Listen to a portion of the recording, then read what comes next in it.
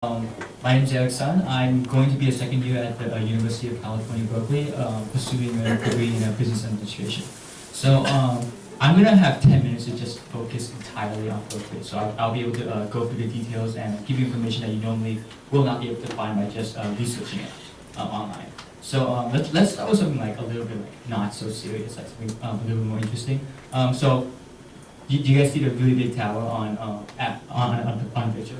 That's actually the Seder Tower, and what happens is that at noon of every single day, they have this really large instrument in the tower that pretty much someone gets to play, and you can hear from like all over the city. So actually, if you become a Berkeley student and you actually take the class, they actually let you play it. So yeah, something interesting. Okay. Okay, so why do we all go to college? Well, I'm pretty sure a lot of us are going to college to get a great education, learn more stuff, meet new people, and pretty much at the end get a degree so we can get a job in the future, right?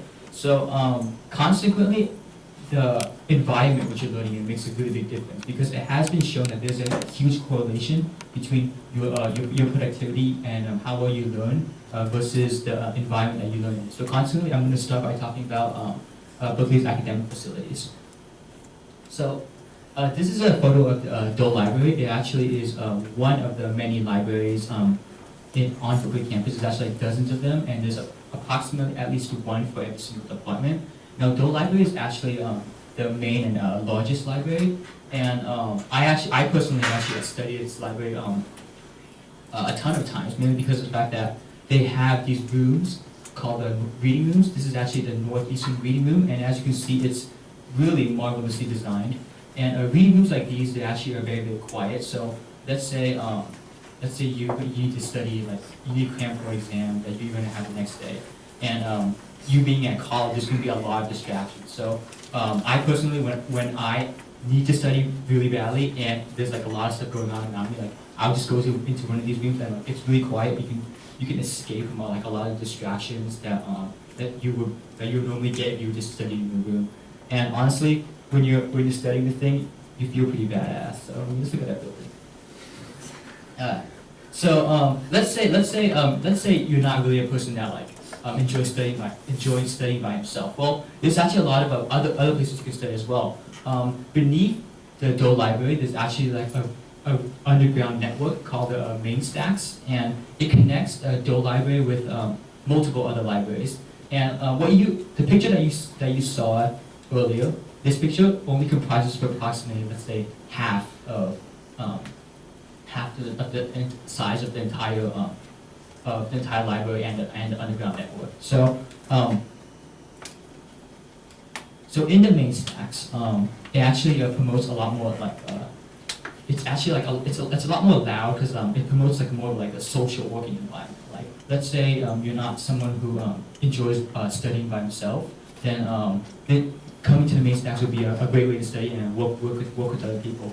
Let's say you want to just like, let's say you have like a group project to do. Main Stacks actually offers these rooms where you can that you don't have to pay for. You just show them the ID and you can pretty much like you can borrow a room for like an hour.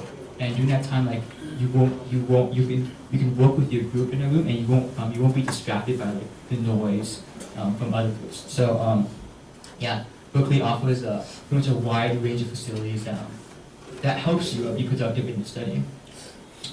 Alright, next. So now the issue of classes. Now Berkeley has these really well-designed buildings all around campus, and each of these buildings generally are like focused in one specific department. Wheeler Hall is actually probably one of the more well-known buildings, and it's actually supposed to be a building for the English department. However, Wheeler Hall also contains the Wheeler Auditorium, which is actually one of the largest and most well-known auditoriums on Berkeley campus. Now, one thing that's definitely true when you go to college, and especially when you go to Berkeley, you're going to have really, really large class sizes. Like as you can see here, this is like I don't know, a couple hundred people. I took an astronomy class in this very auditorium, and I had approximately 700 to 800 people in my class.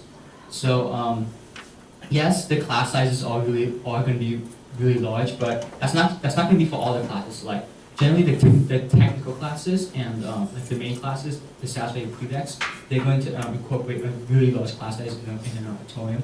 However, if you're going to take classes like English or if you're going to take a decal or like any other class, they generally are much smaller. Like my English class, it's not located in a huge auditorium. It's actually located in just like a regular classroom, and it has approximately generally like 17 people. So even though there are really huge classes, there are also small classes which you can take. Now, Wheeler Hall is actually there have been a lot of great speakers that spoke here in Wheeler Hall. SNL star Seth Meyers spoke here. I think it was like during my first semester, and Will Ferrell spoke here. I think it was like March of this year. And generally, the university's best professors also speak in this auditorium. My astronomy class, my professor, his name is Alex Filipenko, and he's actually really well known in his field. His team has been working on this some research on dark matter, and recently one of his colleagues who had been working in his team actually got the Nobel Prize for astronomy. So I was actually quite surprised about that. My first year, like Berkeley, even though you have these professors and they're really knowledgeable, they're really well known in the field, but like they're still willing to put out time to teach you and get you interested in the field. So that's actually one thing that I really love about Berkeley. Now moving on, I'm going to talk about dorms now because I feel how you live would really affect on like how well you adapt to your surroundings and how well you do in school. So generally there are let's say two main types of dorms. You have the units. Now the units incorporate 3 building complexes, units 1, 2, and 3, and they are located approximately really close to campus. Actually, they're located only one block south of the Berkeley campus. Now, this is actually a photo of one of the rooms. This is actually a standard triple, and as you can see here, generally it offers you the chair, the bed, the table, as well as the closet and pretty much any furniture. So the whole purpose of me showing you this is so you have an idea of like pretty much what you're gonna be living in if you choose to come to Berkeley. Now, aside from the units, you have the other dorm complexes. You have Stone Hall, which is actually an all female resident hall. Oh, and the units are all co-ed, by the way. And you have Bowles, which is an all-male residence hall. Now, Stone and Bowles are actually located north side of campus. Yeah. So next, finally, we have Clark Kerr campus, which is actually located far south of Berkeley. Now, you may be wondering, like, out of all of these dorms, like, which one is the best? Well, for like a really like brief summary of it is that the units generally the rooms are going to be small. Like the photo I showed you was a photo of like a unit room. But generally speaking, if you're going to live in the units, you're kind of trading some comfort for some convenience. Like if you look at this picture, it's actually a diagram of how the rooms in like Clark Kerr, Bowles, or Stone are usually structured around. They generally incorporate more people in a room, but as you can see here, like the rooms are larger too. Like here, you would actually have like when you go into a room, there's actually going to be like a living room or like a workplace that you can actually work in, and then there are separate rooms where you can go into to sleep. So generally, if you were to live in Bowles, Stone, or Clark Kerr, they're going to be a lot farther away from campus, but you're going to have bigger rooms, bigger beds, and consequently you're trading convenience for comfort. You may feel like this is not really that big of an issue, but once you start living there, and like small things you're gonna feel like are gonna like make a huge difference. Like for me, I lived in Clark Kerr, and Clark Kerr is actually pretty far away. It's a 20-minute walk from Berkeley campus, and even though I absolutely loved how big my room is and how comfortable it was, I did not enjoy having to wake up earlier than everyone else just to get to class. Because what ended up happening was that during my first semester, sometimes I was ended up being just too lazy to go to class because honestly it was just too far to walk. So, like I know that sounds silly, but you're gonna feel that too. Okay, now moving on to more miscellaneous stuff. Now I'm sure we've all heard that like Berkeley is there's a ton of student activism, and that is actually quite true. Just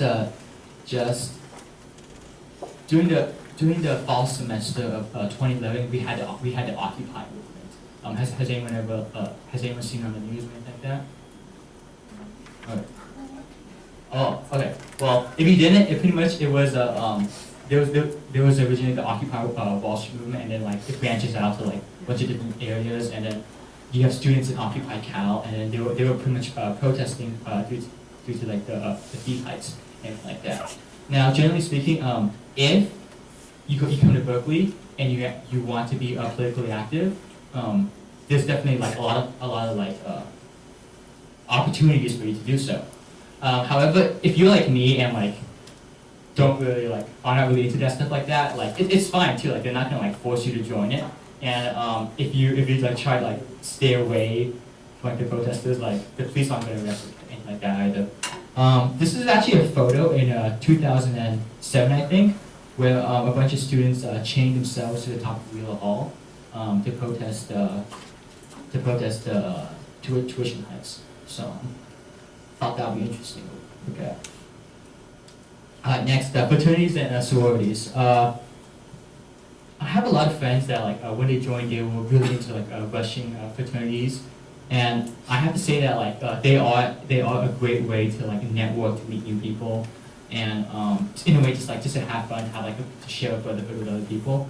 I would say though, like do only Russian fraternity if you're really into it. I personally would actually prefer the professional fraternities, which are actually fraternities like organized based on generally like a field of interest. Like you have fraternities for business, you have fraternities for pre-med, you have fraternities for law, you have fraternities for sociology. So generally, if you're not really the type of person that is interested in a college fraternity with like a ton of partying, then I would recommend joining a professional fraternity. The only downside is that even though like you still get to network with everyone else, the only downside is that you're not gonna have a house lit. But other than that, it's fine. So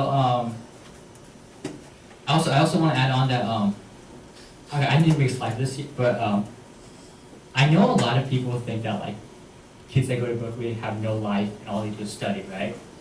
Well, the thing is that I'm gonna tell you right now, like that is not entirely true. Okay, you're gonna be studying a lot, and that's definitely true. But you're gonna also have a ton of free time. I think it'll depend on what major you are. Like I'm a business major. I honestly do not have that big of a course load compared to my computer science friends, and they're always really envious of me. They're like, "Don't want business majors doing anything."